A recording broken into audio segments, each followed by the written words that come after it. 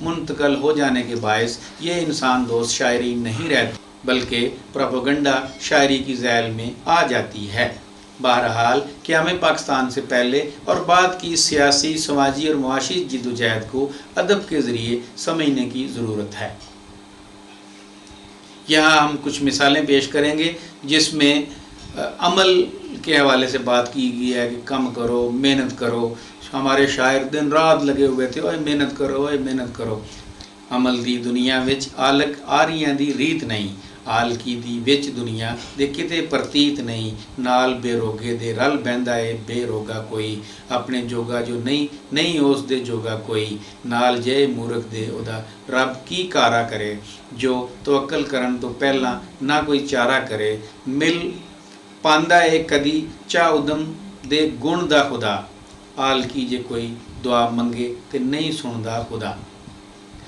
یعنی عمل کی دنیا میں سستی کرنا محنت کرنے والوں کا طریقہ کار نہیں۔ بے عمل شخص کا دنیا میں کوئی مقام نہیں۔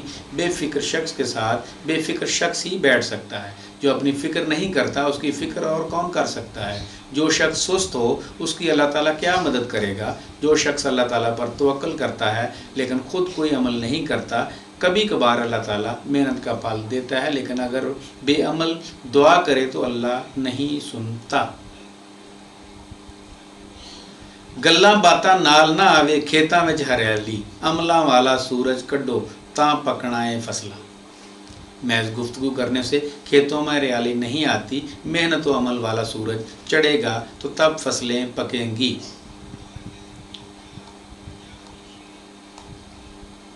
انہیں سکھ ہنڈائے ایتھے جن نے کیتا ہے کچھ ہیلا، یعنی دنیا میں اسے ہی سکھ ملا جس نے جرت سے کام لیا۔ چلو کہ چلنا ہی ہے زندگی دا دوجا نا، کھلونا مت ہے نہیں۔ چلو کہ چلنا ہی ہے زندگی دا دوجا نا، کھلونا موت ہے، چلنا ہے زندگی اس گا۔ ہلو کہ ہلیاں ہی آلس دا مارو تھل کٹے، ودو کہ ود دیاں ہی منزل تے قافلہ پجے۔ چلو کہ چلنا ہی زندگی کا دوسرا نام ہے، موت تو بس ایک کھلونا ہے اور فقط چلنا ہی زندگی کا نام ہے۔ چلتے رہو کہ چلنے ہی سے زندگی کا مشکل سفر طے ہوتا ہے۔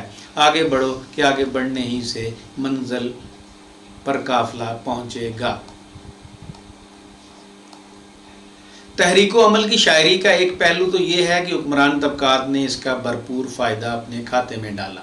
وہ عوام کو اس بات پر قائل کرتے ہیں کہ اگر لوگ کام کاج نہیں کریں گے تو حکومتی مشینری کس طرح چلے گی۔ حالانکہ وہ اس قسم کے حالات پیدا نہیں کرتے۔ ہونا تو یہ چاہیے تھا کہ وہ عوام کو کام کریں گے تو ظاہر ہے کچھ کھائیں گے۔ حالانکہ ہونا تو یہ چاہیے تھا کہ وہ ایسے حالات پیدا کرتے کہ صحیح معنوں میں بے روزگاری کا خاتمہ ہو سکے۔ شاید وہ ایسا کرنا بھی نہیں چاہتے کیونکہ وہ جانتے ہیں کہ بے روزگاروں کی تعداد بڑھنے سے کم قیمت پر مزدور مل جاتے ہیں، یعنی کہ جب بے روزگاری زیادہ ہوگی تو ہر کوئی تھوڑی قیمت پہ بھی آ جائے گا۔ اسی لیے حکمران طبقہ جان بوجھ کر بے روزگاری پیدا کرتا ہے۔ نتیجتاً بے روزگاروں میں کم قیمت پر مزدوری کرنے کا مقابلہ شروع ہو جاتا ہے۔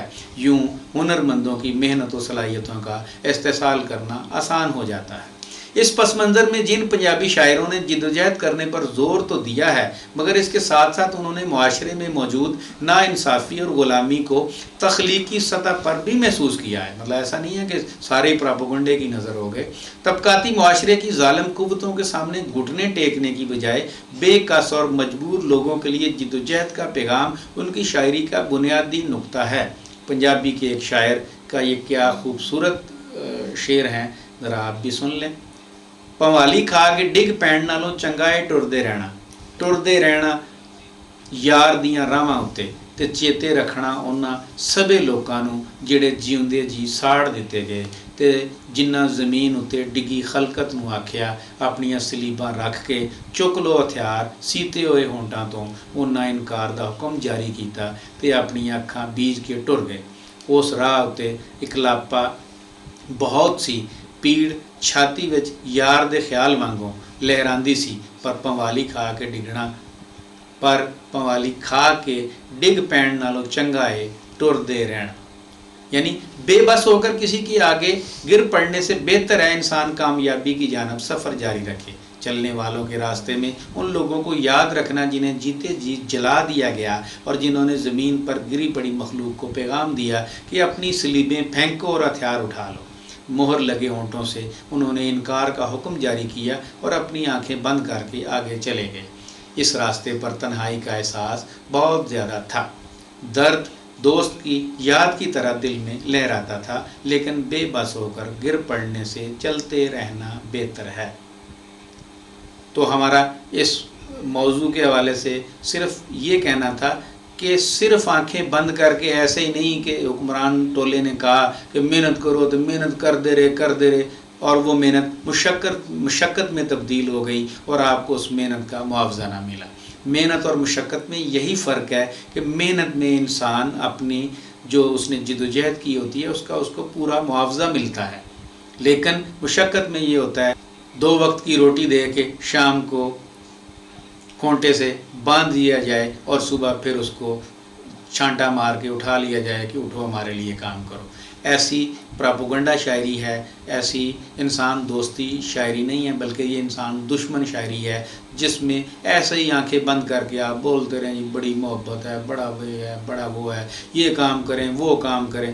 کام ضرور کریں لیکن آنکھیں کھلی رکھیں کہ محنت اور مشقت میں فرق کریں اور ذہنی آزادی سے کام کریں۔ آپ کا بہت شکریہ۔ عام نیکی کریں اور لوگوں کو عام نیکی کرنے کی ترغیب دیں۔ والسلام۔